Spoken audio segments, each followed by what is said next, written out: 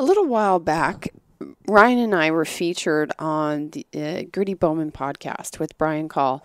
The feedback that we got from that podcast we did was amazing. I was just so taken aback by all of the people that reached out to us and either asked for support or gave support and encouragement and thank yous. And so Ryan and I thank all of you for so a big part of that podcast, as well as a podcast that we did back, it was a new year. So back in January, it was episode 7, where we talked just a little bit about our personal history and gut health. And it's also where we introduced the gut restoration program.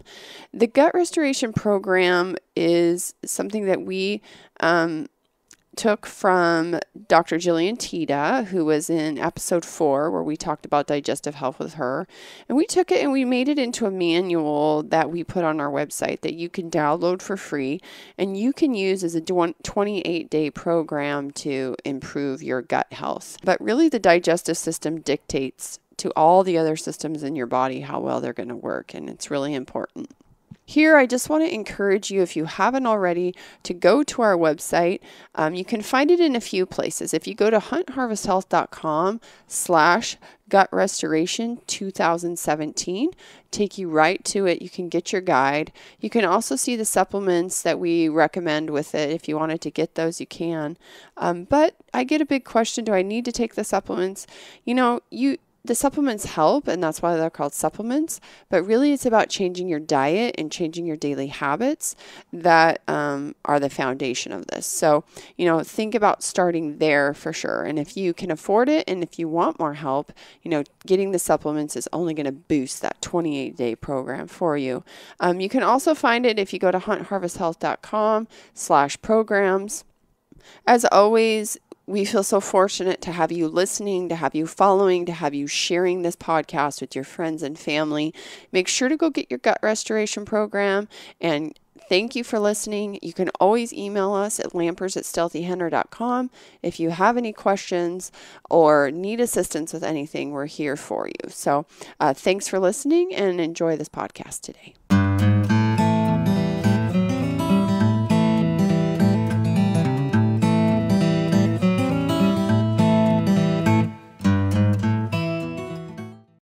The funnest part about doing a podcast is you get to talk to so many interesting people. And our guest today is proof of that. We sit down with Tim Burnett of Solohunter in his home, in his studio, and we just get to pick his brain about who he is, where he comes from, and where he's going with the Solohunter brand. We're finding that no matter what industry somebody's in or what their hobbies are or what their challenges are, is that sitting down and just getting more personal with people really is bringing together our initial thought of what we wanted to do. We wanted to bring in experts in the field, experts who have know what they're talking about, experts who have so much to share with you, but at the same time, just getting a little bit more personal with them, having us tell us about who is the person behind the camera, who is the person who, isn't on Instagram, isn't on Facebook, and that's really what has charged us up in doing this podcast. And today, when you listen to Tim Burnett talk, this is exactly what I'm talking about here. So, Tim shared with us that he really doesn't do a lot of podcasts and that he has shared more with us about his personal life than he has with anybody. Make sure that this is the last week of June 2017, season 8 of Solohunter is debuting this week on the Outdoor Channel. It'll be on YouTube and Tim's other platforms later, but currently you can go to the Outdoor Channel and you can watch season 8 of Solohunter. And I think the very first episode is Remy Warren, who does Solohunter with Tim Burnett. He is hunting in Hawaii. So make sure to go to solohunter.com, SOLOHNTR.com. I mess up on that a lot when I go to punch it in. And you can also find Tim. I think he's most active on Instagram at Solohunter. And then, of course, YouTube, his Solohunter channel on YouTube. All right. Well, enjoy this podcast today. We thank you for being here. And here's Mr. Tim Burnett with Solohunter. Okay, folks. Welcome back to the Hunt Harvest Health podcast. So today we are extremely fortunate to be actually hanging out with a guy I've gotten to know a little bit, Mr. Tim Burnett. I think everybody kind of knows who Tim Burnett is these days, the solo hunter. We happened to be down here in Nevada, and he was gracious enough to allow us to come by his place and talk with him and check out his antlers and a little bit of this, a little bit of that. And so, Tim, how are you doing today? Good. How are you doing? Really good. Really good. Yeah, me and my wife are down here, and we're taking advantage of being in Nevada, and we always love it when we can come down. And this just happens to be, we're down here for an event. We're down here for Train to Hunt. So we're really looking forward to that. We actually have to get there and do that, get after it in the morning. So, and that's where I met you for the first time last year, was at the event. We had a little pre-party last year at Cabela's and had a chance to kind of track you down, and we talked there in the back of the room and talked a little bit of hunting. So yeah, I was a fan of yours before I knew that you were a fan of mine. Oh, I think, because of Instagram or something else. I was like, it's funny how that works. That guy, There's that guy, sitting in the back of the room by himself. Well, you kind of gravitate to those guys that or people that that appear to have the same interests, or the same types of style and that kind of thing. And yeah, I think we're a little similar in a way. I call myself an introvert, I guess. I'm just kind of I like to be in the back. I like to kind of observe everything. I don't want to be front and center. I don't want to be the guy talking. And here I am doing a podcast. But right, you're putting yourself out there in front of a lot of people. We actually did a public speaking event. We did a public speaking event a couple of weeks ago together at a fly fishing resort. The rendezvous, And Ryan always told me, I will do anything except public speak. I will never public speak. It will not happen. And I said, all right. And then he ended up doing a talk on mule deer hunting at Sportco in Tacoma. And then they asked us if we wanted to come talk about Hunt Harvest Health. And here we are up there together doing a talk about our life. And it was crazy because I don't mind it. It's fine, and just to have him doing it, and he's so good at it. No, it's so natural. I'm not comfortable doing it. I said, what are you afraid of? I don't even know what you're talking about. It was just so natural. So don't let him fool you. Look, the only thing that saves me at any kind of, I guess, public speaking event is the stuff that we're talking about. It's hunting. So I can talk about hunting and be comfortable with it and kind of be in my element. But if it was anything else, I'm thinking back to when I was in high school, trying to actually get up there for a report or doing something like that. I would rather take an F. I was one of those guys. I sat in the back. I'd rather take an F and just not do it. I was so scared of actually sitting in front of folks and talking. But my wife, on the other hand, she is not that way. She's probably one of those that sat right at the front of the class and wanted to get up in front of everybody and be a public speaker. Well, I've kind of chilled out. I think we flipped roles a little bit. I don't really like pictures anymore. I think it's just as I'm getting older.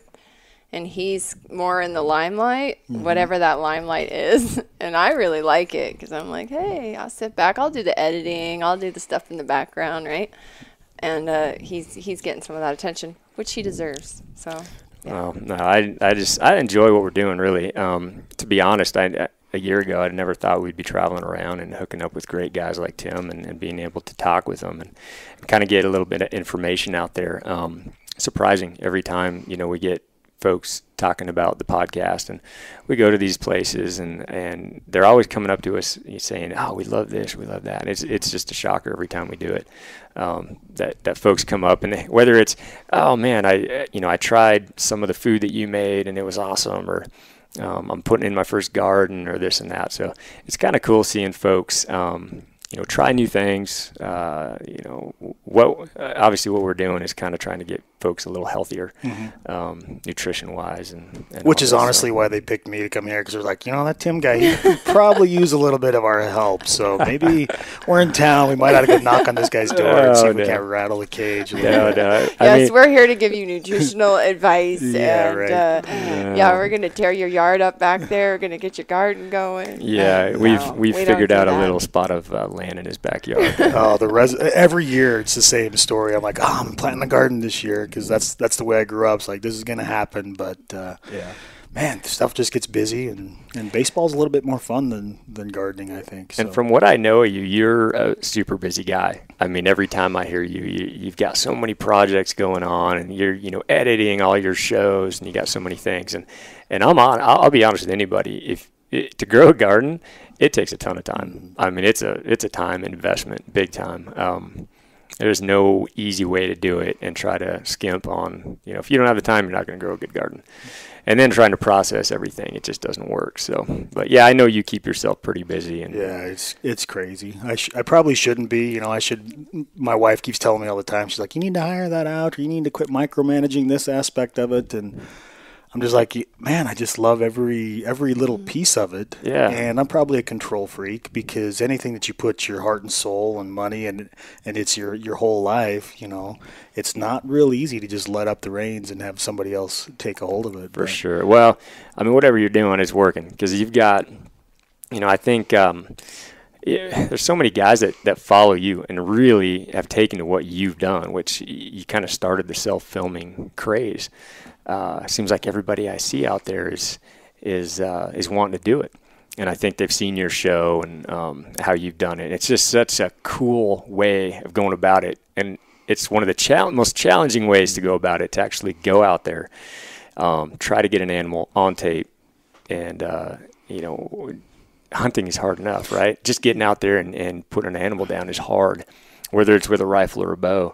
But then to self-film it, whole new element. Yeah, well, the hunting side of it, just hunting the way that we hunt, you're the same way. Everything's a public land. If you draw one of these limited entry tags, that's just kind of a bonus. But like we were talking earlier, that just might not happen for either one of us this year. So what do? You become an over-the-counter bandit. And I think as far as Solohunter goes, I think it has a lot less to do with myself or Remy than it has to do with the type of hunting that we're doing, and the way that we're going about it. We're not going about it as, at least in my opinion, of stroking our ego or just chest thumping. This is the way we're going to be living our lives and hunting, regardless of if we're dragging a camera around or not, regardless of if we do it for a living or not.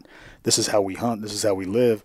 And I think that's what resonates with a broader audience. Right. Is I kind of like to keep myself grounded. I tell my wife, I'm like, they're following Solohunter. They're not following me.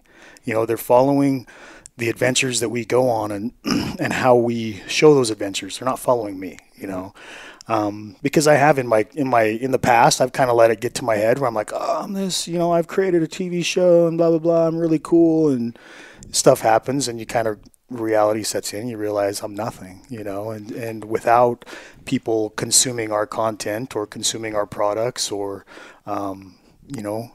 interacting on social media, we don't have the footprint that we have in the business and the lifestyle, Right. Yeah, I think the way you've gone about it, like you said, you're hunting public land and you're going out there and you're not hunting ranches or whatever.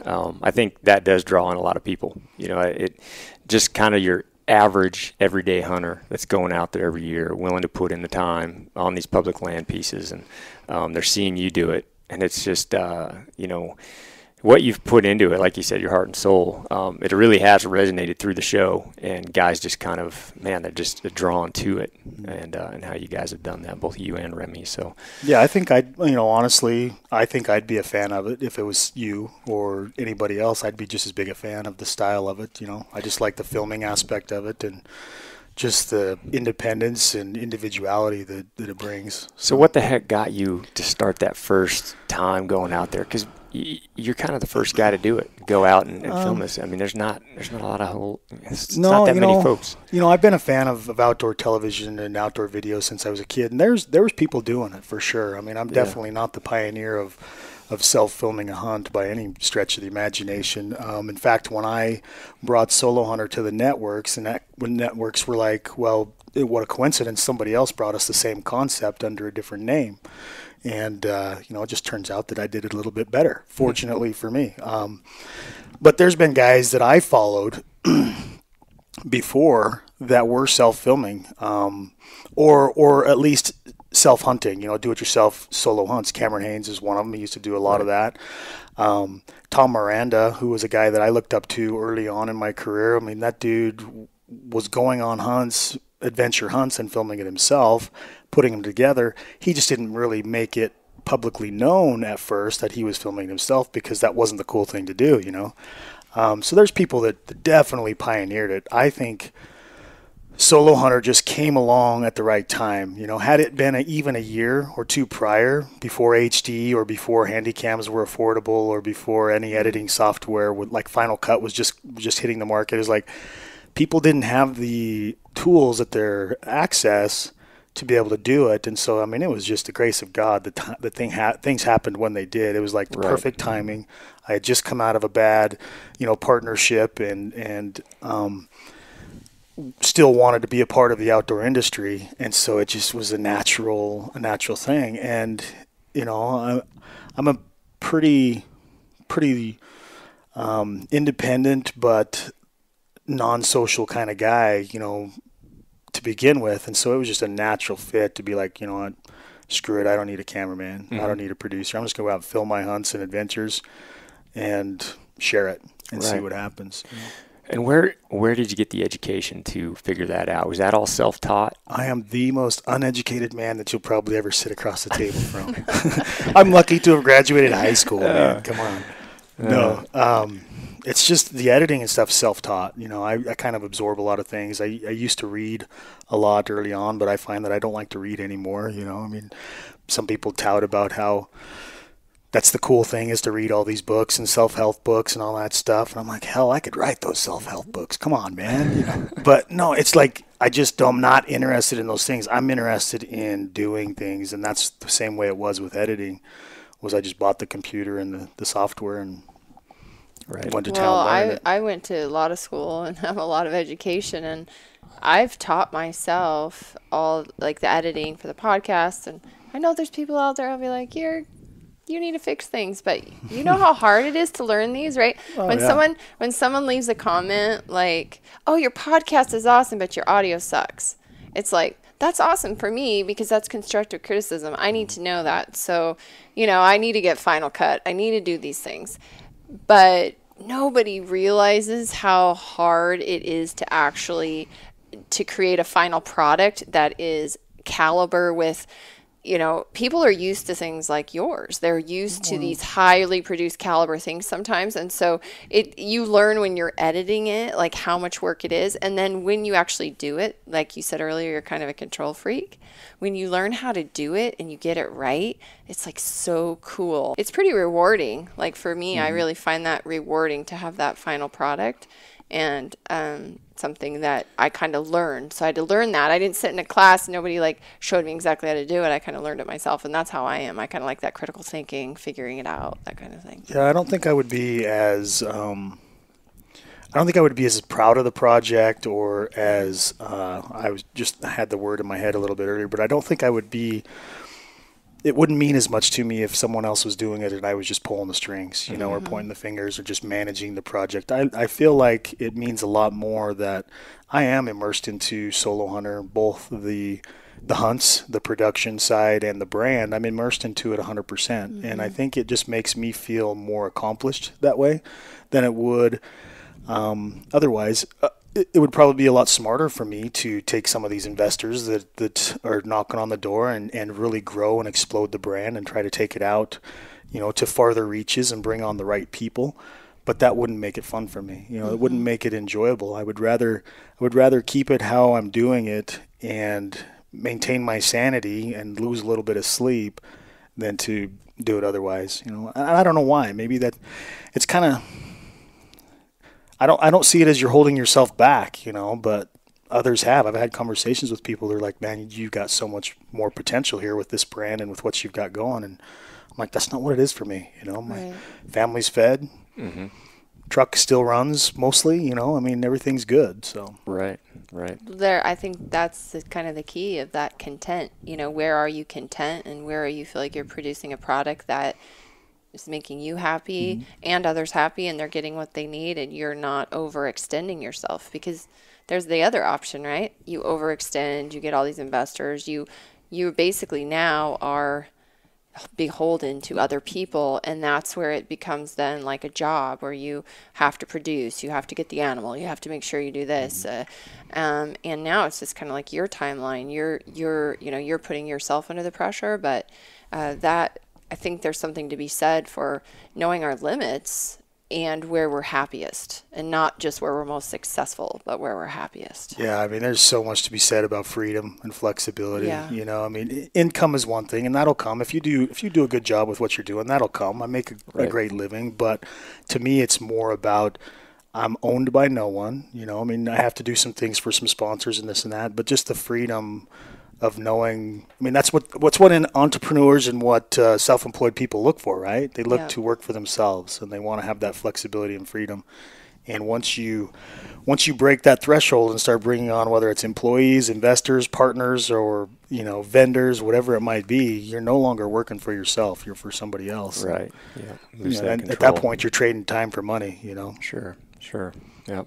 Speaking of that, I kind of have a question, because I notice you have a lot of products now. So you started out mainly doing the TV show, and then you've branched into YouTube, and now you're actually selling physical products. How has that changed your business? Yeah, so the products actually started before the TV show. Oh, did they? Actually, yeah, the rifle cover, well, even before the rifle cover, when I was partnered up with some other guys in the Midwest, we had developed and engineered and invented a deer call that we then sold the marketing rights to Hunter Specialties, and they still sell that call today, you know, in all the retailers. And that kind of sparked my interest into the product side of it. And then I started looking back at family history and everything, and I've got uncles and that were inventors and developers and that kind of thing.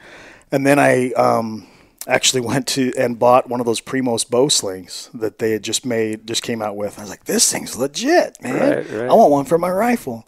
So I went looking to all the retail stores, looked online. I could not find one for my rifle, and that's when I was like, dang, I'm just going to make one. And so it's actually sitting right there on my shelf there. Yeah. I went to a fabric store, bought some fabric, borrowed my mother-in-law's sewing machine, went to town, sewed a rifle cover. I love it. It's on my rifle. Oh, yeah?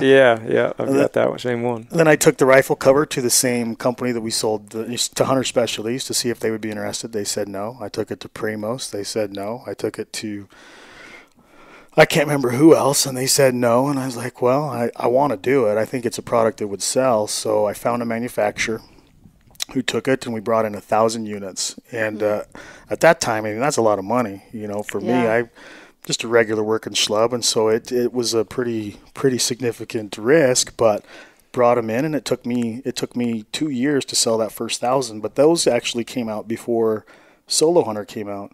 So then when Solohunter hit the air, I mean, it was eye-opening to me. I was like, whoa, TV advertising works, man. Okay. Because we for moved selling through products. those just like lightning. And from then on, we've added, you know, more SKUs of the rifle cover with the new Mountain Light version and different colors, and we've just now revamped the design to we'll have a new stealth version and made some changes to it. So it's grown, but then it's also enabled me to give me the financing to launch into some of the other projects, some of the other products, some of which are proprietary, and then some, like the vinyl harness, we just licensed from another manufacturer that the Solohunter brand and name does well for that product. Right. So what are some of the other products? So, yeah, you're in my office here, so you probably see some of the I see stuff. Yeah, I see stuff all over in here. So the things that I mean, some of them are by desire, like they're products that I really wanted to do. I want to develop, and so we're working with some companies to develop a pack. We're working with Kafaru to design that. I also have another company that makes packs that we're going to do a day pack that's not Kafaru. So that's one thing I want to do. Whether I sell 10 packs a year or 10,000 packs a year, I don't care. To me, it's a passion. It's something I want to do, and so associating with someone like Kafaru, and we talked to EXO about it, and everything just worked out with my current sponsorships and stuff with Kafaru. That's just the direction we chose to take. I lost my knife sponsor. They weren't happy with the amount of exposure I was giving them because I didn't kill anything 2 years ago, and so that goes to air, and it's like you don't have always an opportunity to use a knife, and they weren't happy with the marketing that I was doing, so they cut me. So I'm bringing in some limited edition Solohunter knives, not to start a brand, but to expand on the brand. If I can bring in products with my Solohunter brand and logo, that's what I'm going to do. And if that replaces a sponsor income, that's great. Now I work for myself again and not for that sponsor. Right. So some of these products like that are not necessarily to be known as making the most badass knives in the industry or the best backpacks in the industry. It's more a matter of I'm infatuated with my brand. We've got an audience. We've got a customer base. We're going to try to make a few things that the people will be happy with, and grow something of value that I can have when I break my leg, or that I can have when I am later in life and the TV stuff goes away. So many of these other TV shows, what do you got? You got a TV show. You're the big thing while you're on TV. Once you're off TV, what have you got? Hopefully you've got your day job, or you've got something to fall back on. Now, how many years has your TV show been airing? It's been a while. 7? I've been watching it forever. So it went on air in 2010, September of 2010. Okay, 6-7 years there. Yeah, so season 8 will start airing this July. So you evolve. For me personally, it was I didn't want to be just a TV show. I wanted to be something, not me personally, but I wanted to have something of more value. So if the TV show went away and the networks just said, Solohunter's not cutting the bait, and we just aren't interested anymore. I've worked really, really hard to create a group, a society, the Solo Nation, right, to where that can continue on and I can keep doing what I'm doing and not skip a beat. In fact, it's grown. Yeah. That's cool. Now, I'm curious, if there was no Solohunter, there's no TV show, what do you think you would be doing? I'd be today.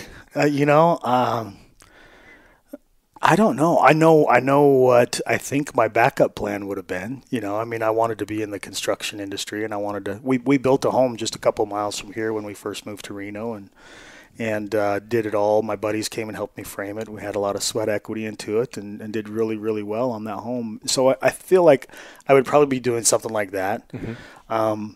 I grew up in the flooring industry. That's still a passion of mine. I like the decorating and the tile and that kind of stuff, and had a pretty decent career of that before Solohunter started.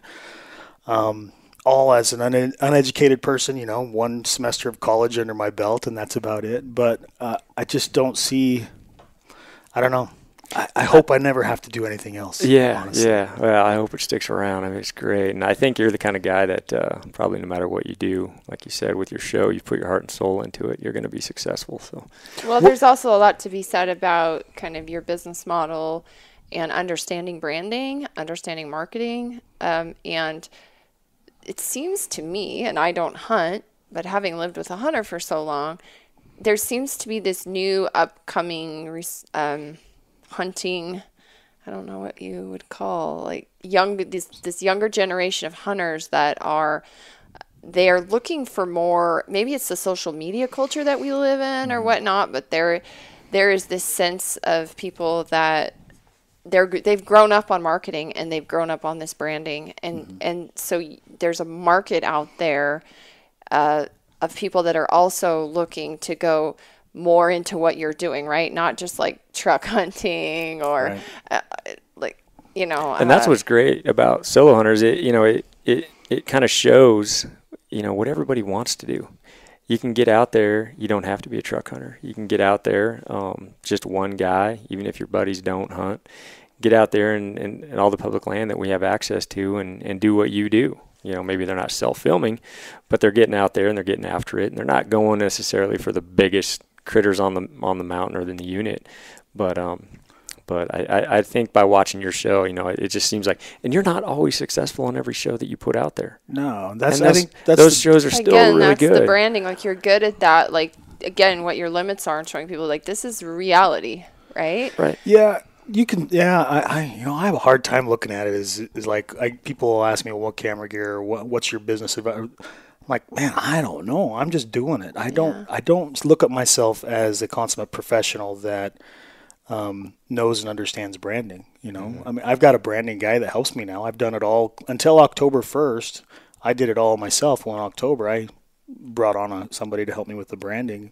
Joel Pilcher does a phenomenal job, and that's really opened my eyes to some of the branding. But I have a hard time looking at it and say, here's my advice, or this is how you should do this, or how this. I more look at it as like, man, I'm doing so much wrong. It's not even funny. I should be doing this, or I should be doing that, or what can I do? And I look at other people's, branding and that, like your guys' logo for your podcast and those things. Like, that's brilliant. Who came up with that? How does it? And maybe it was an accident. We don't even know. It was like our idea, but yeah. You have in your head, what you think you want, and then it shows and appears. But when you have that idea and it does appear in physical form, it's so cool because you go, oh my gosh, I could have never done that myself even, and that brings that brand to life. And we just got really fortunate in that, but like, you've done a metamorphosis, right? Oh, in the man, last year, like, your tell you branding how has many changed. logos Like, I've how had. many logos? Right. Because to me, the logo was never of any value. It was like the logo is something there to say what the show is, Right. basically. And we've gone, I mean, I'm the worst at that. I'll change logos 2 or 3 different times in a year because to me, there was no value in it. Well, that's where, Joel came along, and with this new brand, I wanted something that didn't scream redneck, or that didn't scream, I shouldn't say redneck because I'm a pretty big damn redneck, but something that didn't scream, I'm a hunter, Sure. or I'm just into killing stuff. Yeah. We wanted something that was edgy and that was more lifestyle branded, and that could evolve into something beyond, similar to what you're at with the Hunt Harvest Health.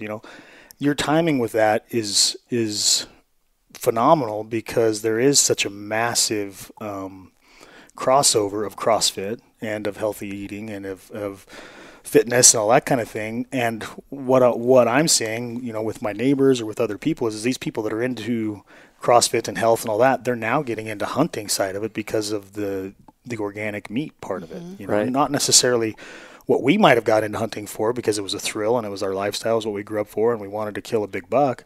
Theirs is more like, oh, we just want to go get some meat. We're going to put in for these doe tags or cow elk tags or whatever. Yeah, it's surprising. Like we've talked about this before, but my wife's crowd, like the folks that she went to school with, the people that she hangs out with, it's a crowd. In the health industry. Yeah, in the health industry. And my wife's a dietitian as well, so she's with all these pretty non-hunters, people, right? I call them. They have Pretty no people, yeah. idea what goes on in the hunting world, and Right. have no desire to know.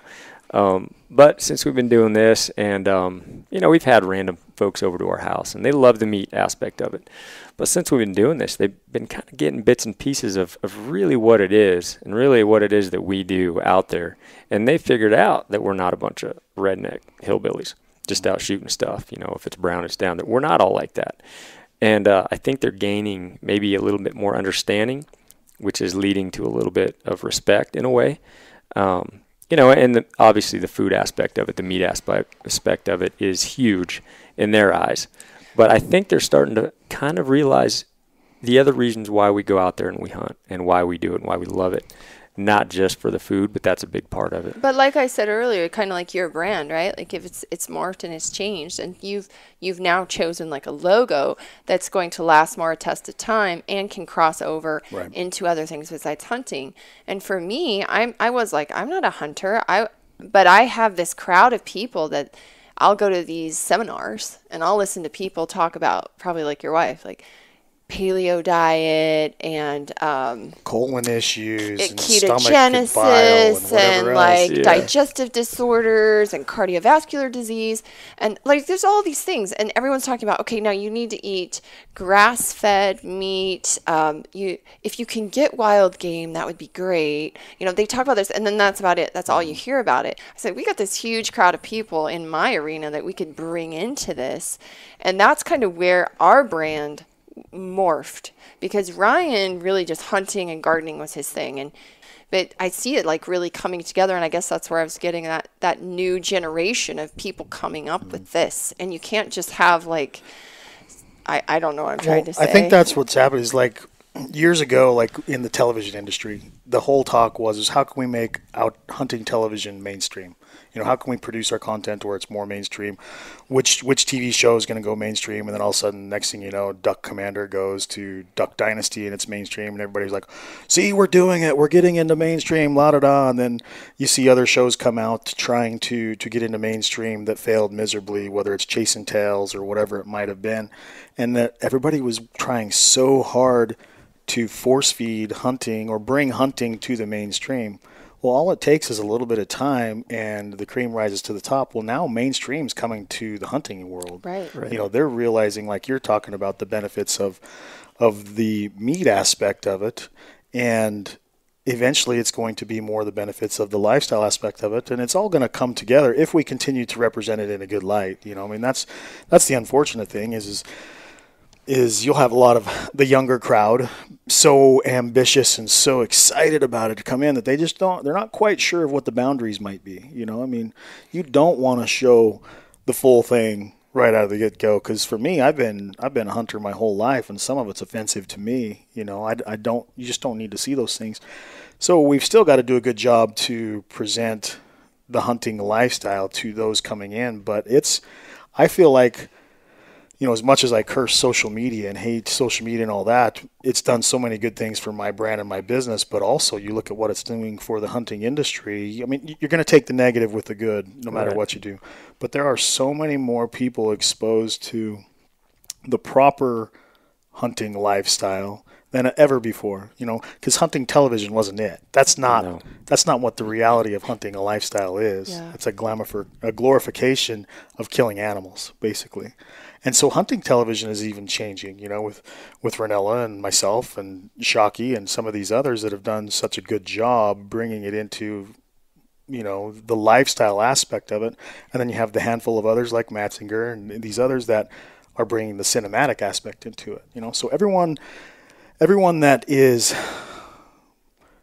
not at the top, but everyone that is in the visual aspect of it is doing a good job of representing hunting in a lot of different ways. Right. And I think that it's just growing exponentially. I mean, yeah, and I think the guys that are kind of highlighted right now, like yourself, Ranella, they've got a way of talking to folks that doesn't portray us in a bad light. You know, there's definitely a way to talk to people who either don't hunt, maybe they're just not familiar with it, they don't understand it, or they're just anti-hunters. There's a way to talk to those people, which, you know, is coming out through social media. I think even Brian Call, he's gotten really good at kind of explaining, look, guys, there's ways that we can talk to people that don't hunt. You know, whether you just meet them on a trailhead, you know, they could be completely anti or whatever. You can talk to them in a way where they don't not like you, where they don't just come away offended. And I think that's changed in the last few years. I think it's changing even more so every year that we move through this. Yeah, you've got to listen to them, listen to what they're saying. You know, I mean, because somebody with what they're saying, if you're listening right, you'll understand what they need to, what they want to hear. Mm-hmm. You know, and a lot of these people that are saying these negative things about hunting and everything, they want to hear something good about hunting. Right. Like they want it to be seen as positive. They don't want it to be about just going out and killing animals and trophy shots and heroes and just being an animal murderer. They want it to be about a lifestyle. Right. I mean, I think they want to see the good in it. Of course, there's the extremes, you know, no matter what you do. But I think society, for the most part, they have to be accepting of hunting or we wouldn't have hunting, right? Because 90% of the people out there are what give us our rights, mm-hmm. you know, our privilege of hunting. Because if the majority of people saw it in a negative light, guess what? You and I aren't hunting, right, you know, anymore. Right. So exactly, yeah. It's I think what Hill was alluding to before too is I used to be, and I'll attribute this to social media. I used to be to where I did not like to talk to her crowd because I knew it was coming. I knew it was coming at me, and so I would avoid it. I'd avoid the conversation. You know, here's some meat. eat it if you'd like, but we're not going to talk about hunting. Well, we used to have meat parties. So when I got done with my nutrition degree, everybody's like, we need to have an end of the year party. And Ryan was actually in Maine working. He was running a fish plant in Maine. So he was gone. He wasn't even there. He was gone for 5 months. And everyone's like, Hillary, we need to have a barbecue, because I went to a school, the cafeteria was vegetarian. Okay. So there's no meat in the school. They said, Hillary, we need to have it let's have it at your house, and let's call it the meat party. And we made elk burgers. I had, of course, all this elk and meat that everybody loved to eat. And you're like, don't feed those people my meat. My perception was worse of Ryan than actually the people that were coming into our home. My thing was, I always thought, because I'd go to school and it was a different environment, I'd say to Ryan, I can't bring people to our house. There's deer heads on the wall. And he'd say, like, I don't freaking care. They can leave the house if they don't like deer heads. But I was always so worried about what people were going to think. And what I found is most people are just intrigued. Most people come in and they go, they lived in a city their whole life. They only saw deer heads in like Sleeping Beauty, and Gaston was killing everything. And, that Bambi, that was their like idea of hunting. And then they meet someone like Ryan and they eat the meat, and then they're actually intrigued. And I think, in my opinion, like before they'd come to my house, maybe they'd never had a conversation with a hunter. Maybe they just didn't understand it. I think if they held the master switch, they would have turned it off on hunting. But after having conversations and figuring out that I'm not just out there killing stuff and just to get trophies on the wall, there is a lot of it that has to do with food, the gardening, the canning, all this other stuff. And that's a big concern, and that's what we feed our family with. I think they come away after that conversation, maybe they won't flip that switch to off. They won't turn, if they had the ultimate vote, they'd have a second thought about it. And once they've talked to somebody who hasn't totally offended them, and they've actually been explained, how this works, and our respect, our reverence for animals, and this and that. And I think that's all it really takes for most people, is just an understanding of what we're doing. It just takes time too, society changes in generational gaps, and think of how much you've changed since you graduated high school. Maybe not as far as hunting, but just anything else. I look at some of my friends and how they've changed, or I look at myself and how I've changed, and you look at society and how their perception of hunting is evolving. We tend to look at things in our lifespan, right? That's nothing. That's such a short amount of time compared to how long it takes societies to develop and to grow and to change. And I think everything, like I say, I think everything is on the right path. But as with anything, the more good that is being done and the more talk that is being talked about, the more negative that you're going to see. You're going to see a lot more anti-groups and those kinds of things come out against hunting. And you know what? That's just going to happen. We just have to have better spokesmen out there fighting it. Some people are good at fighting the fight, and others are good at just supporting the cause. It's true. Yeah.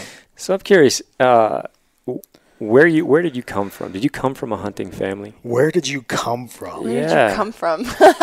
Idaho. It's like, what is the ghetto of Idaho? What is this? You weren't a part of that vegetarian crowd of my wife's friends, were you?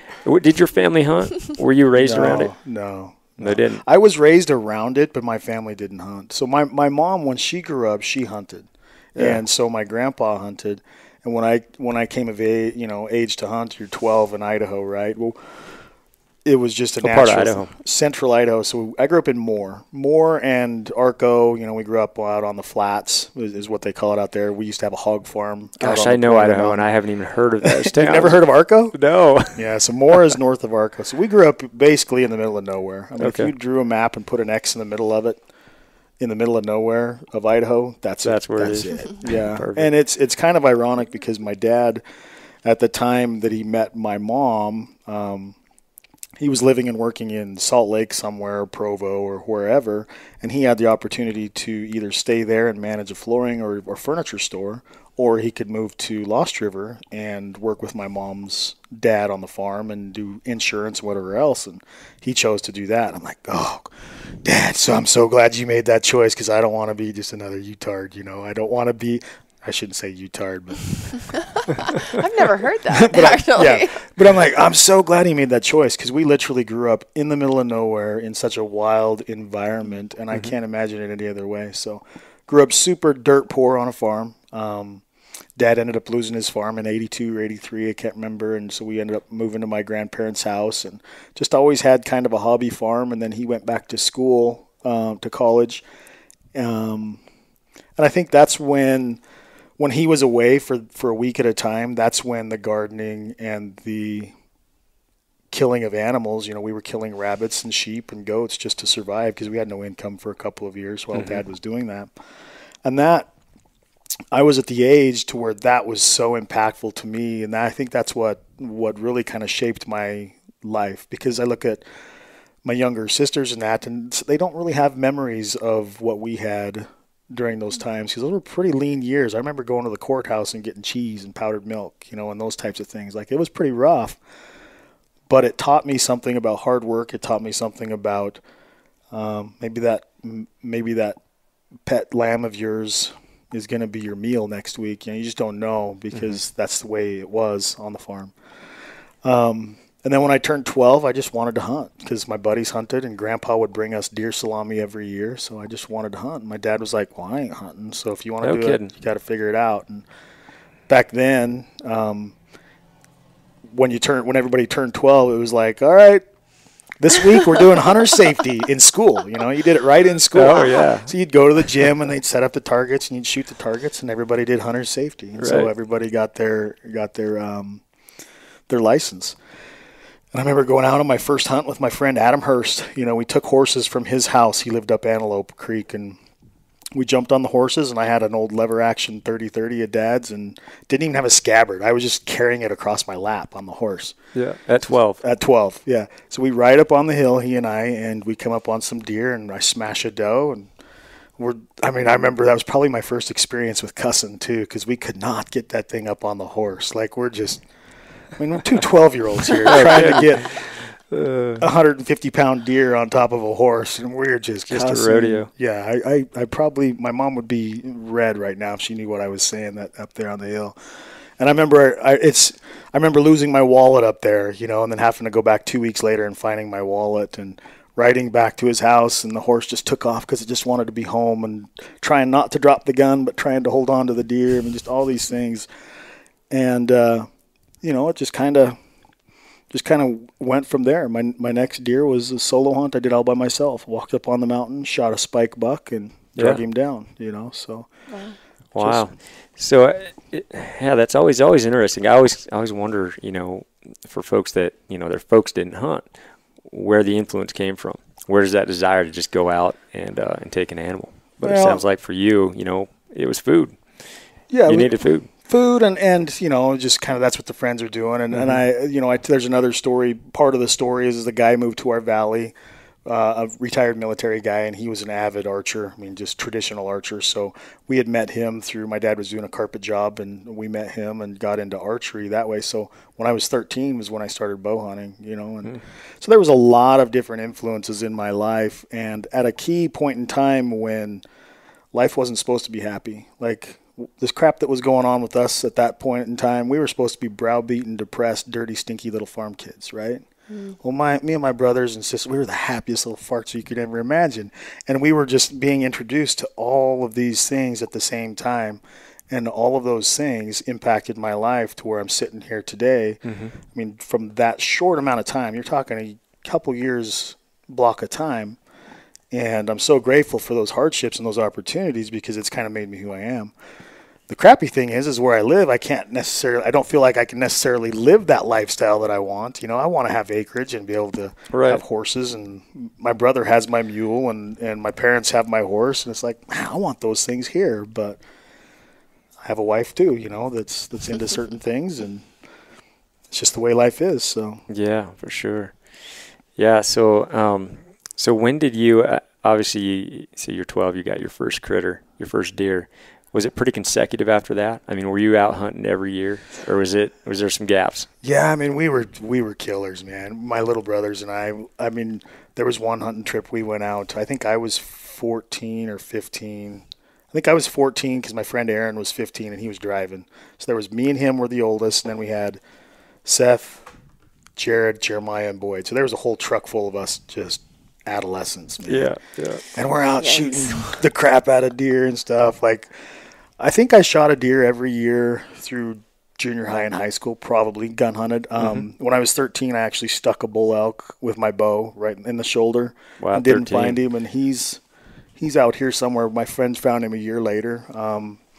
So we were introduced to a lot, but when college hits, and other things in life, like, it kind of takes a little bit of a backseat. So I think I killed that bear in college and a few other little things, but it wasn't really until, hunting was between the time I got married to the time that I started Solohunter was probably 10 years, roughly. Yeah. Those hunting times were pretty meager. Like, you're hunting, but you're not hunting. You don't have the time for it and everything. And then once Solohunter hit, that's really when a guy can dedicate the time, and that's when I feel like I became a hunter. Right. I was a hunter before. Don't get me wrong; it was part of my life, but things change when you can put the time into it and have actually some resources to put into it. Right.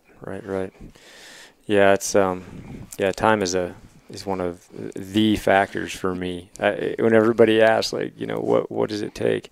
I think time is it, right? Time, resource, and education, experience. Yeah, for sure. Yeah. So you've told me before, what do you do for work outside of the? Well, I run a family business actually back in Washington State.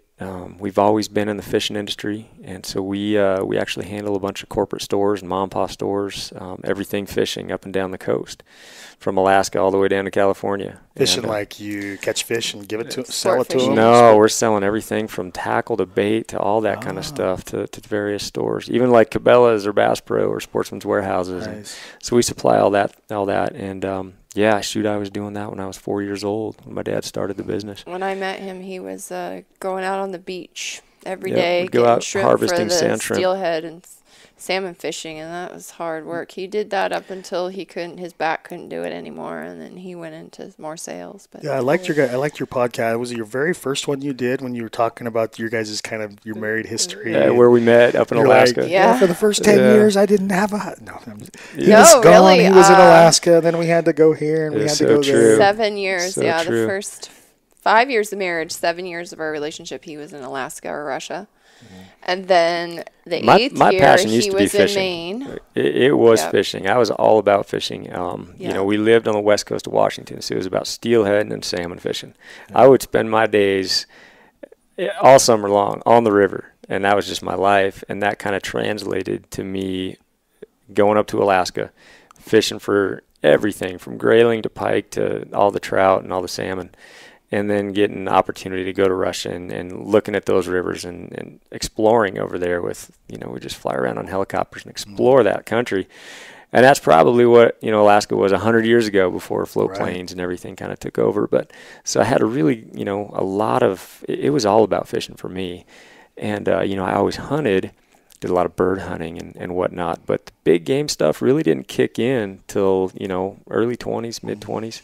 And that's what it really kind of hit home, and it kind of took over my time spent I was working in the fishing industry all summer long, which took away from my actually, fun fishing. But then once fall hit, most guys would head for the woods, and so our business slows down, and that gave me opportunity to go out in the woods and hunt more, and which has always been the best part about my job is the fall slows down, and we're able to go spend time in the woods. And that's why we get the time that we get to go out there and put in and really try to make it count. So that's kind of, as far as being successful, I think that is one of the biggest keys. Obviously, instinct and experience. And he has an amazing wife who just goes, yes, leave for 2 weeks. And just don't call me. I don't even want to talk to you until you walk back in this door. I'm annoying enough all summer long. By fall, she's ready to give me the boot for 8 weeks anyway. That's my goal, is I try to make my wife hate me through the summer, just want to get rid of me. Those last 2 weeks before August, dear, it's like you really ramp it up. Just become a royal pain in her side. I've just gotten, I think, too, just maturity. anymore. I used to get I think back in my 20s, well, we didn't have kids till we were in our late 30s. So we started late. We got married at 24. We didn't have our first child till I was 36. So we had a lot of years together by ourselves, obviously a lot of time apart. So we really had two separate lives. I traveled a lot for work, and when he's gone in the fall, I used to go travel. I'd go to Europe. I'd go to my mom's. I go do stuff because I just figured out, like, I have to do something. But when I was younger, I'd get wrapped up in this, oh, you don't want to, you don't love me. You don't want to spend time with me.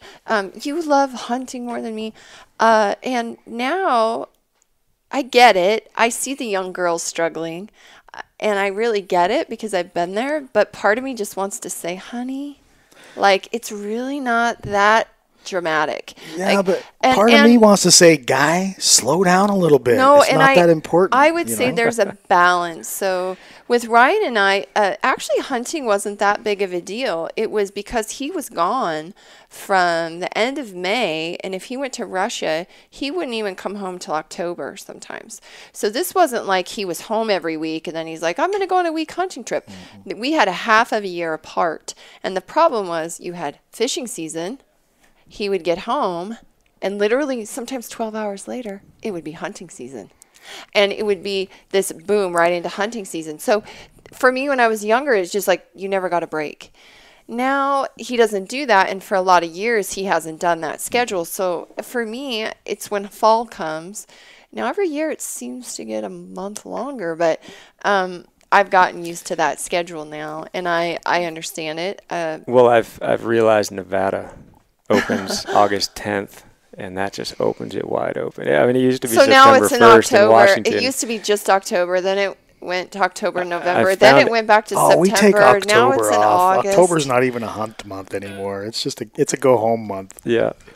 Yeah, I don't know how that works, but I do think my season has expanded, and I'm not complaining about it. But I can't complain because, as you all see on our website and with what we do, if Ryan is not in the mountains, he is basically in the garden making food. So, I mean, I've gone on work trips and come home and had 40 jars of potatoes canned. Like, not many husbands are home doing that. So I don't really have a big thing to complain. Like, he's going out and doing that.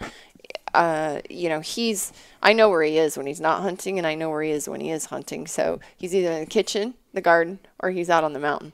So, for me, I feel pretty fortunate about it. And I've gotten older and I've relaxed, and, he's a good dad. He's a good husband. He provides, he's loving and mature, and he likes to be alone, and it's like a healthy thing. And so for me, being a physician, I think I would recommend more people to do that. Oh yeah. I mean, everybody talks about how it's unhealthy to spend time alone or this or that. And it's like, man, the right kind of time alone is so therapeutic. Like, it is. I come home from a hunting trip in a good mood, whether I had a good hunt or not. Right. And I come home rested. Yep. I feel like I have to go back on a trip or go back to work to get some rest because home life is so hectic between baseball or scouts or whatever it might be. It seems like it's so busy. It is interesting. When we started this, though, I assumed I'd be talking more hunting stories. I figured I'd be talking more about, tips and tactics and this and that, and that has not been the case. Yeah. And I'm fine with it. It's just kind of a different, we've kind of taken it in a different route. There's a time and a place for that kind of stuff, and honestly, I'm not interested in that stuff. Yeah.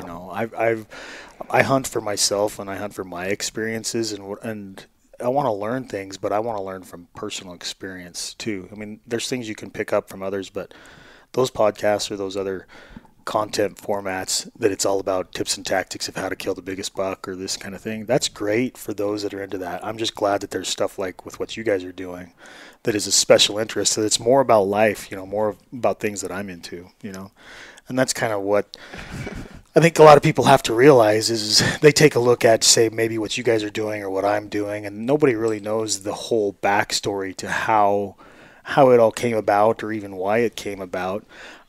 Very few people see the amount of work that you took to get there. I mean, without listening to your guys' first podcast, I would have never known your history. Right. And now everything kind of makes sense. looking in, it was like, man, this guy must have a kick-ass job. He must make a crap load of money. He gets to travel all over and hunt, either that or he hates his family and isn't married or whatever. I mean, you have all these preconceived notions of what somebody with that lifestyle has. But then when you see the true story behind it, to me, it's like that much more inspirational. It's like, wow, they really do what it takes to make their relationship work, their family work. Ryan really does live the lifestyle that I personally would love to live, but there's another part of me that says I'm glad I don't have to screw with a garden either, and I get to go to Trader Joe's and get my fresh vegetables, So I think a lot of people look at it and say they want to have Ryan Lemper's lifestyle or they want to have my lifestyle, but at the end of the day, maybe that's not exactly what they're into, Not everybody wants to raise mules, but they'd like to use them on a hunting trip, right? For sure. So, a person just kind of has to look at it and don't just look at somebody else's life and say, oh, man, I wish I had that, or that guy has it all, or that guy's so cool. And when you're our age and, your life's, I feel like some days my life's pretty boring. I go to work, I come home at the same time, I pick my kids up, I cook dinner. We have seasons of the year where obviously we're busier, like garden season and hunting season for him, but I feel like sometimes I have really nothing to share with people. I'm trying to come up what am I going to share? Because I feel like my life is really so mundane, but I think that's how most people's lives are. This whole perception that everybody is living this life all the time, and you're high roller and balling, and you got all these things, and you're killing big animals all the time, or whatever it is that people are seeing. That's just not true. Are you not on social media? Of course it is. That's everybody's lives. Come on, myself included. I'm always out there shooting my gun, right? Oh yeah. No, I see those women with the beautiful tattoos and the beautiful what and the bow, and they're on a boat somewhere with a great tan, and I'm like, gosh, that's totally me, honey. Why aren't we out there taking Nobody those works pictures? for a living. Come on, everybody. Right. We all get paid. We're all Insta famous, Everything right? is perfect. Yeah. Gosh, if it was that easy, man, it would.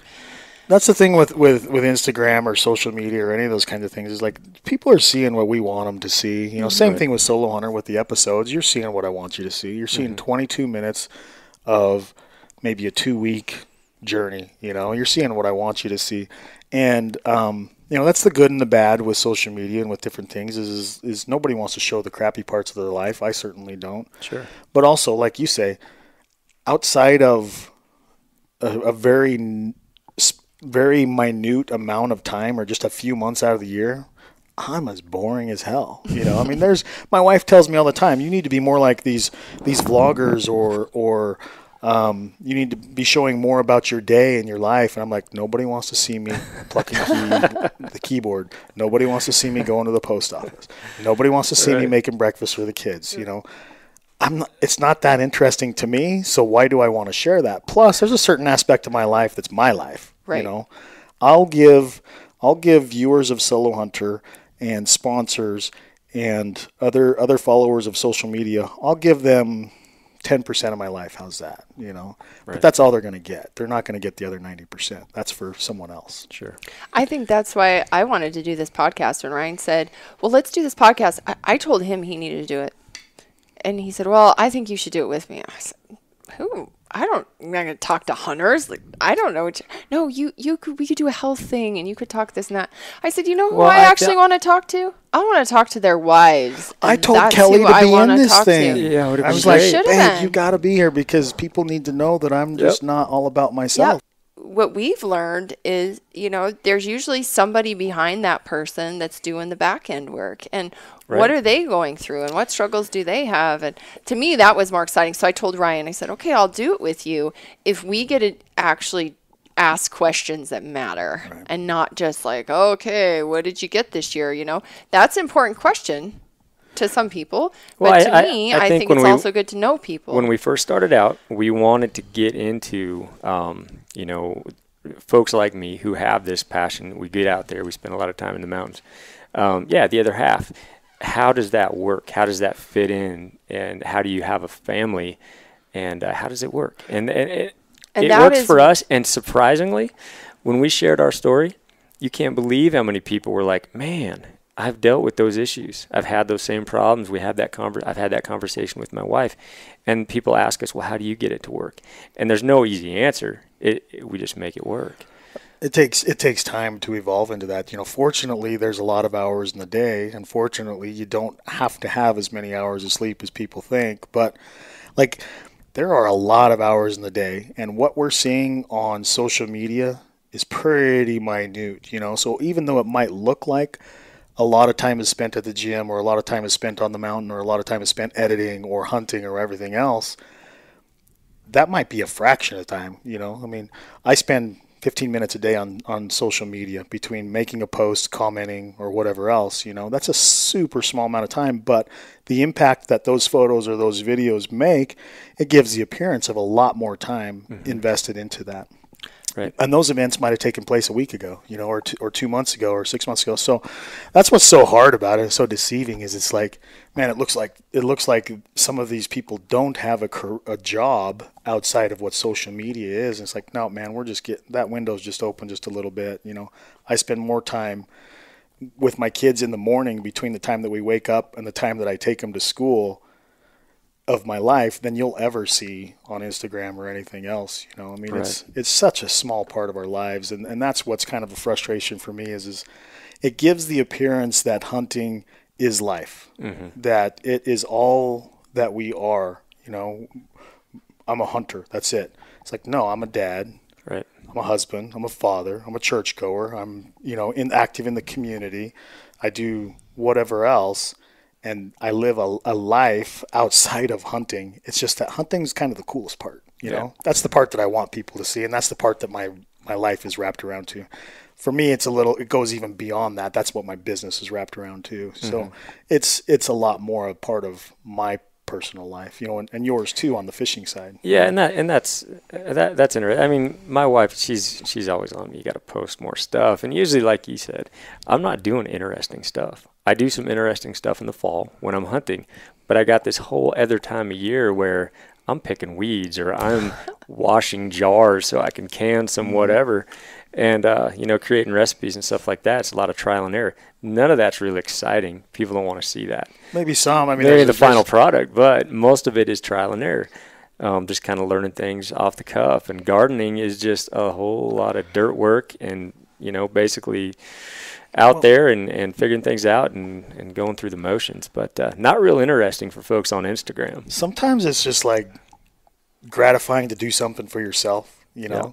It's like this week I put in almost 50 miles on the mountain, Yeah. Did I post one picture about me on the mountain? It was for me. I needed that this week. I needed to take 3 or 4 hours a day and just go on a hike. I needed that break from work, from social media, from family, whatever else. Like, that's my time. And I think that,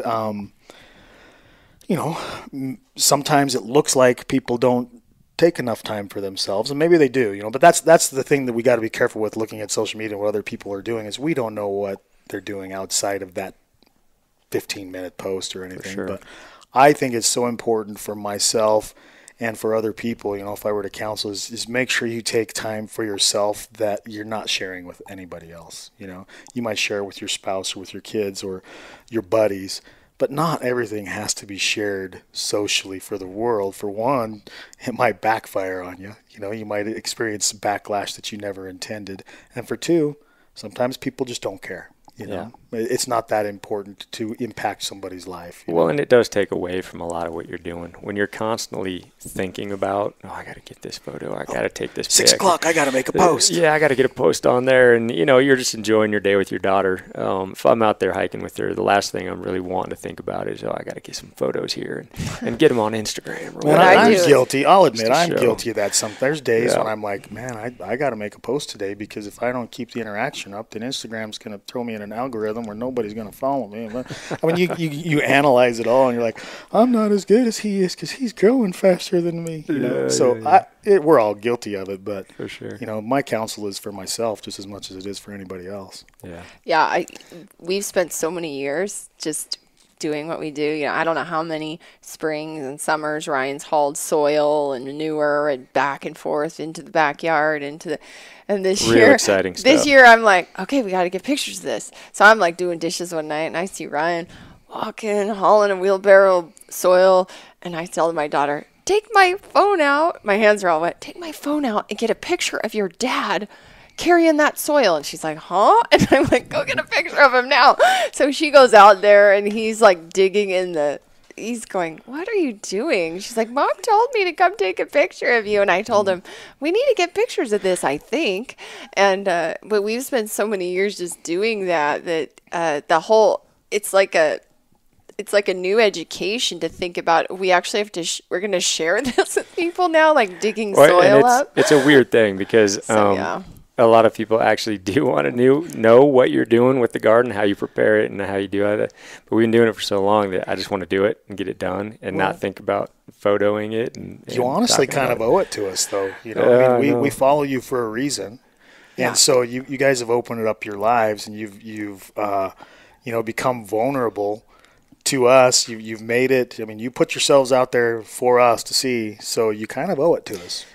See? I guess so. But just, whatever you do, I don't want to see you pushing a wheelbarrow with your shirt off. I have enough self-conscious. No worries there, Okay. buddy. I don't want to be looking at you saying, he's more of a man.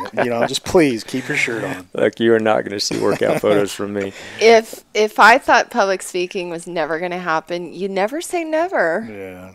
No, the thing of it is that's true though. Is you guys have created a really good platform that I personally enjoy because it goes way beyond the glorification of killing animals. Basically, it goes way beyond hunting. It goes way beyond producing a TV show or producing film or YouTube videos or anything else. It's like this is real life stuff, man. This is life.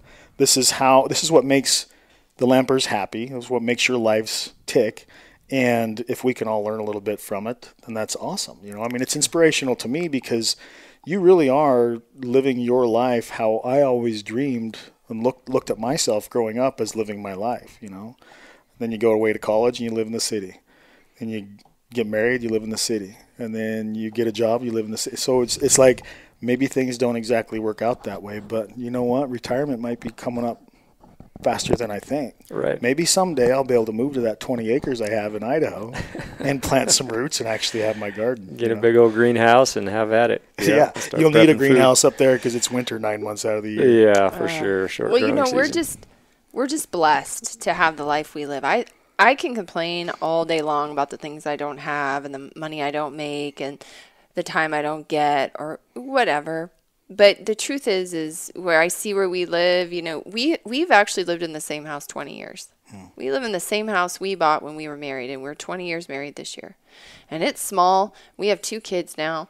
I mean, we have outgrown it, but we've just stayed there, and we've stayed married for 20 years, which is, you don't even hardly hear of that anymore. And, I feel when I get caught up in all the things that I think I should be at this place in my life, or, I'm a doctor, I should be here, or I should be there. I tend to get really caught up in that sometimes. And if I just look out my kitchen window and I see this garden and I see chickens and I see my husband out there in his greenhouse and I see my daughter shooting her bow in the backyard and I see mountains and I see food, berries I think, how blessed am I to get to live here in this small little house with very few material possessions, healthy children, and I think of all the people around the world that suffer, that don't get these experiences that I do. And I think it's about counting your blessings. And if you can share that with the world in a positive way and you can change people's lives so that maybe they would want to emulate the fact that living simply is better. Growing your own food isn't that hard to do. Or maybe, having a family and being happy with not having all this material possessions and et cetera, and just the value of that, or going in the backcountry and having that time alone and getting quiet in today's world is so hard. And I think, that's really what I feel about this is like, man, and just like what you get to do and the people you get to influence, like how much of a blessing is it that we get to do this for our life, It's too easy to get caught up with the pace of life, and the pace of life rapidly increases every year. It does. I mean, it's a lot faster and faster all the time. And when you're trying to run a business or even working for somebody, it's like everything's got to be done now. Everything's faster. It's not who markets the best. It's who markets the fastest, you know? Right. And it's hard to slow down, but that's where, with what you guys are talking about, you know, it's more inspiring people to say, hey, look, you know what? I'm going to die sometime anyway. I'm going to get old. Some time's going to pass. Time's not going to go any faster. It's just going to always be what it is. What's wrong with me just slowing down a little bit, you know, and being a little bit more passive aggressive rather than aggressive and just live your life. You know, for what you guys are doing, I think it's great to be able to educate people on, hey, you may be like Tim and live in a suburb and have neighbors breathing down your neck. Well, guess what? You can still do an elevated garden box. Right. You can do layered garden boxes, you do whatever. This is what you might be able to do. Take the time and do it. Start with 1 or 2 plants, you know. Start with a tomato plant. Start with a couple of squash in that little dirt patch. And you might find that you enjoy it. You know, you don't have to do it, but it's there, and this is how you do it. And you might enjoy it and might run with it. What's the harm in planting a couple seeds and then forgetting about it and being like, oh, damn, that didn't work. Right? You forget about it here, you're toast. You better water. We live in the land of water, so we're fortunate. Things grow just because we're sitting in water half the year. You definitely have more challenges here in Nevada, for sure. It's different, you know, but you just overcome it. You deal with it. You know, life's going to come at you no matter what. And if you have a happy mentality and are just of the mindset that you're not going to let any negativity creep in, you're not going to let jealousies creep in, and when those things do, you're gonna kick them out as best you can. You're gonna squash any discrepancies that you have with sponsors or with people or with whatever else, and just live your life. And you're probably gonna be happy, you know, if you're doing the right things and you got the right people in your life. You're probably gonna be happy. Yeah, I'd be happy with or without hunting, honestly. Because I'd be doing something else that I enjoy. What would that be, you think? Yeah, it's funny. You talked about fishing. If you talk to my brother and ask him, like my scrapbook is all fishing. Is it when you were younger? Yeah, but it's all different. It's high mountain lakes. We used to backpack to as many lakes as we could every summer. And then river fishing and stuff. And, I mean, I was just an avid, passionate fisherman. But once Solohunter kind of took hold, it was like, okay, I got to focus. This is a good thing here. I got a gift given to me that I've got to take advantage of. I've got to focus on it. So for me, it's like, yeah, I mean, if things changed, you know, there's a lot of other hobbies I'd like to bring in. I'd like to get back down to being a scratch golfer again and those types of things, but you just can't, you know. Yeah. I say again, close to a scratch golfer. It wasn't a scratch golfer, but I used to be pretty good. So. Yeah, it's when you mentioned the high lake fishing. I think I've thought about it a lot. What if, you know, we were, that was taken away. Hunting was taken away for some reason. You know, I love to hunt things. I would definitely be more into mushroom hunting, antler hunting, stuff like that. But I also would spend way more time in those high mountain lakes. It kind of brings you to where we get to go hunting, right? That's high mountain basins, public lands, way off the grid. You're up there secluded. You're not dealing with the energy, the high energy of the city. And it gets you out there. That used to be that was my getaway. Oh man, when I wasn't into big game hunting, that was my getaway. I was up there catching 5-inch cutthroat, and that was fine with me. That was it. I remember I'll tell you a quick story real quick. I know we're getting long, but we left college one night. It was like a Friday night. Drove clear to Mackey and then up Copper Basin. We were going to go fishing with some college buddies, actually my younger brother's college buddies. And we got to the trailhead just at dark, and everyone's like pulling out their bedrolls and stuff. And I'm like, screw that, man. I ain't sleeping in the car. So I left the trailhead at dark and got up to the highest lake. It was, I mean, some of these people will know their names. I think it was Betty Lake that I got to. Maybe it was Bench or one of those. But I got up high, did some fishing that next morning, and then just sat there all by myself, just looking out down below. I think it was Baptiste Lake. Next thing you know, here comes this dog-looking thing. I'm like, what the crap is that? And I looked a little closer. It was a wolverine. So wolverine came up around the corner, and then 2 kits came behind it. And they played in the water a little bit just down below me, and then came up and went up the shale slide up and over the top at over 10,000 feet. And I was just like, my heck, man, I'm up here all by myself, not a soul on the mountain, you know, just living this. And I got to see something that some people will never see. And this is in Idaho, grant you, in the late 90s, you know. Wow. There weren't wolverines in Idaho. Come on, man. But there was. So those types of things, that's what That's what the mountains are for me. Is it's like new experiences, and there was just something attractive about those high mountain lakes, whether it was the mountain goats or just being up there to just hearing the wind and the quiet and just ringing in those golden trouts like crazy. You know, I mean, it's just like, Yeah. this is what it is, and so It definitely it kind of resets you. I mean, I have a hard time explaining what I get out of being up there, you know, when people talk solo or, you know, hunting alone or whatever on these backcountry trips. But there is a clarity, you know, all those problems become clear in a way in my mind. So I come off the hill, like she's, you know, alluded to many a time, way happier. You know, I'm more in my element, way more relaxed. And all these little problems are clear, and I figured things out. And I get that when I'm up there. And so, yeah, you know, getting up there and spending time by a high mountain lake, that's what I'd probably be doing. You should come and join my brother and I, Boyd. We're going to do the first week of archery. We're going to go high. Oh, yeah. We're going to go up to some of these lakes. Maybe not that one that I just mentioned because we don't want a bunch of people wherever.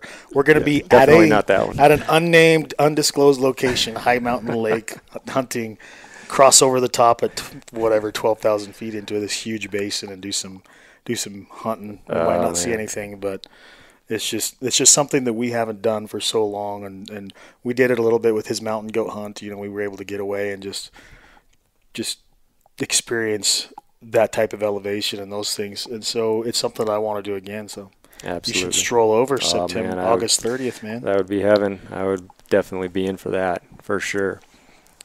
That time of year, that'd be golden. I'll run it by Boydie and see what he says. There you go. He'll be like, hell no. I don't want that scruff ball coming with me, catching my fish. He's packing his own camp. Yeah. Well, just something like camping. This weekend we're camping for the Train to Hunt, and it's not my type. Like, it's like a dust bowl, but 2 nights. Last night was the second night, and I was laying in the cot, and I said, this is so nice. We should do this every weekend. Mm-hmm. Just get away from the busyness, and, you know, and then I've had a project that I've really needed to sit down and do an outline for like 2 months, a project I'm working on, and I just haven't found the time, quote unquote.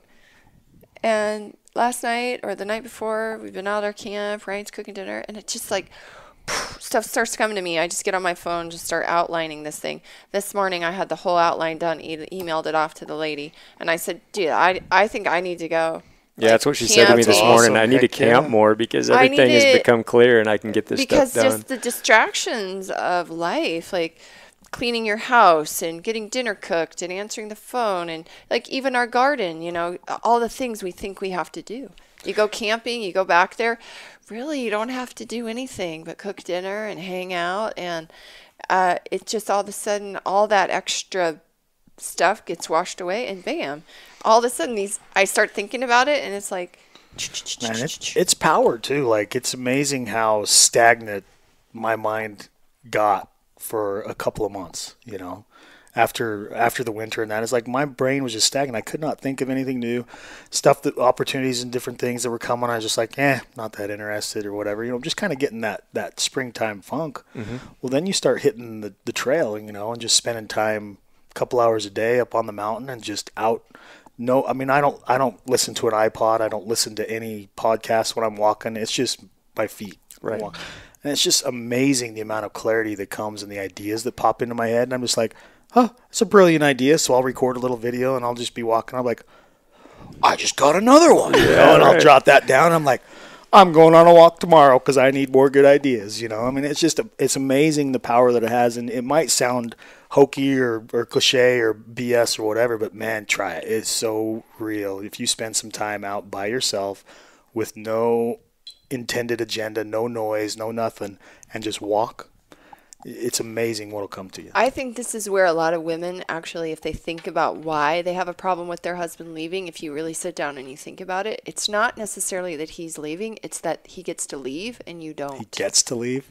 Gets to leave. You do get to leave and you're home with the kids. And how many times, like, I think about my life, how many times do I just leave by myself and say, I'm not going to worry about childcare. I'm not going to worry about anything. I'm just going to leave, and you worry about all that stuff. Make sure the bills are paid. Make sure everything's good. I'm going to leave, and I'm going to go into the mountains for a week by myself. No distractions. That never happens. No, most That's your women, fault. You should do it. No, that's what I'm saying. So I think That is my sentiment exactly. How many times have I asked you? I have tried to push that I envelope. think that is really more the subconscious thing, is this idea of when we see you guys come back happier, we see you come back with that clarity. We see you come back with that, and we've been home without that clarity. Like you said, that stagnation, the stress, and we don't get that clarity. It's like a jealousy thing. So it can be a backlash thing where, well, why do you get to do this and I don't get to do this? And you're saying you could do it if you wanted to. And so there's a fear thing, but there's also a, that wanting to go out. I think and you have nailed it that. on the head. I think it's a little bit of a jealousy thing myself, because we do come back happier, and they're like, oh, great. Now he's. And we come back glad to see you, right? Yeah. Yeah. I think I'm going to try it this year. So mark my words, Hunt Harvest Health I will say listeners. I'm going to go do something by myself, and Ryan will be home for a week. Hey, solo is not gender specific. I come across and, have people on Instagram and whatever else, women that are sharing their stories or sharing their photos of going out, and whether it's a solo hunt or just a solo adventure, because I'll search the hashtags or whatever, or get messages, and it's like that's inspiring. That woman just took it upon herself to go out and shoot that antelope, or go out and go on that hunt, or spend that overnight camping trip, or even a week-long camping trip. It's like, it's just more rare for a woman to do it for obvious I'm not going to say obvious reasons, but for safety factors, and some they're just not wired for that type of activity, really. I mean, a lot of women really want to be alone, or want to take the challenge to go out for a week at a time and be by themselves. But it's kind of cool when they do, I mean, there's becoming more and more that I think are recognizing it once they do go out and spend a little time and see it. I think my wife's going to get addicted to it if she actually does what she says she's going to do and do solo that. Huntress. Yeah, we need a solo huntress. There's a lot of great female representation out there of girls that I follow on Instagram, and there's a cool perspective that they bring to it that you don't see from the guys. Guys tend to be a little bit more macho and a little bit more look at me kind of thing, and the women, a lot of times you look at what they say, or the images that they take, and then they're a lot more compelling to me on what they're observing out there. Yeah, they observe and what it they're differently. actually getting out of it, which we're not kind of exposing. They're seeing the same things we are. They just see it in a different way, or they tell that story in a different way, which to me I enjoy, because it's too easy to. I'm really not that into the whoa thing that the guys do. I do enough of it myself that I'm sick of it, that I don't want to see a bunch of other people doing the same thing. For sure. Well, man, this was pretty fun, Tim. I got to say, I think we should probably call it here. I think we got to go grab some food. We have got some elk sirloin tri-tips to put on the grill. Oh. Yes. We got to feed you right, because you have train to hunt tomorrow, right? I got an event tomorrow. I got to be strong for that. Be strong. I need you to whoop up on Baronio for me. Oh my gosh, I don't know if that's possible, really. I don't know if he's in the category that you're in. He is. Baronio has not only the physical ability, he's like the most inspirational person you'll ever be around. I don't see like him losing, just for the fact that his mindset is just like crazy expansive and positive. Yeah, he's so mentally dominating. He is pretty dominating. He dominates. No, so good luck for that. So we'll go get some good eats on, and I appreciate the two of you taking the time to give me a little bit of your platform and to share some of my story. I think you guys heard some stories that I hadn't shared before, and so hopefully your viewers will pick something up from that and be inspired by your guys' stories as well. Absolutely. Yeah, and again, thanks a lot, Tim, for doing this. And this was quite a treat to come here and hang in your office and talk with you like this. Really appreciate it. Cool. All right. Hey, folks. Thanks for listening to the Hunt Harvest Health podcast. If you enjoyed the podcast, please leave us a review on iTunes or Stitcher. Visit our website at huntharvesthealth.com for more podcast stories and recipes. Follow us on Facebook and Instagram at Hunt Harvest Health. You can also message me at StHealthy Hunter, that's STH, and I will be more than happy to answer any questions you might have. Also tag your photos Hunt Harvest Health or Get StHealthy, as we enjoy seeing what you guys are doing as well.